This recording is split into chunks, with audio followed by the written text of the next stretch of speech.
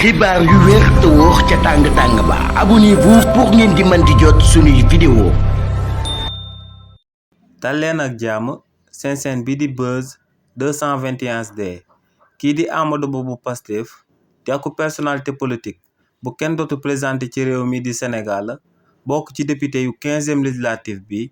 ginnaaw bañ tegee loxo homme d'affaires bii di Tahirou Sarr te mu daal di joxe comme caution akub terrain bu toll ci 800 hectares te mu nekk ca Mbam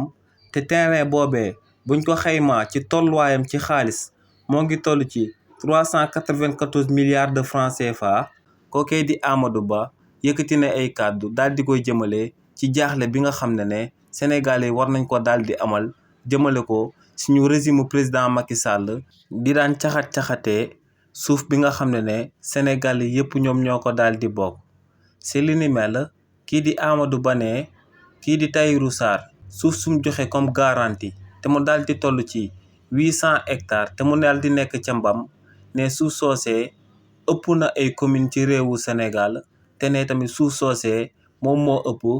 réewu Gambie ci boppam. nee nag ci régime président Macky Sall ci ban genre pays la Sénégalais yi di daan dund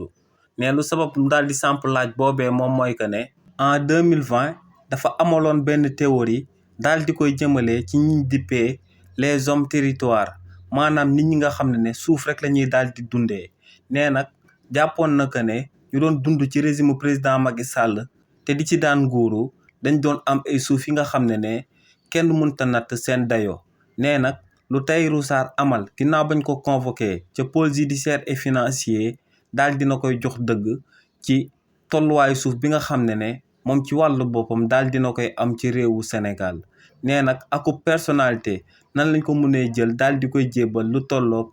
800 hectares ci akum réew. ne lu leer ba am moom mooy que ne waa régime président Macky Sall caxat-caxatee alal bi nga xam ne Sénégal yi yëpp ñoom ñoo ko daal di bokk lañ fi nekkee woon waaye ne nag niñ ko doon jëfandikoo ci suuf dafa jéggi woon dayo lool. xibaar yu wér te wóor ca tàng-tàng ba abonnez-vous pour ngeen di mën di jot suñuy vidéo.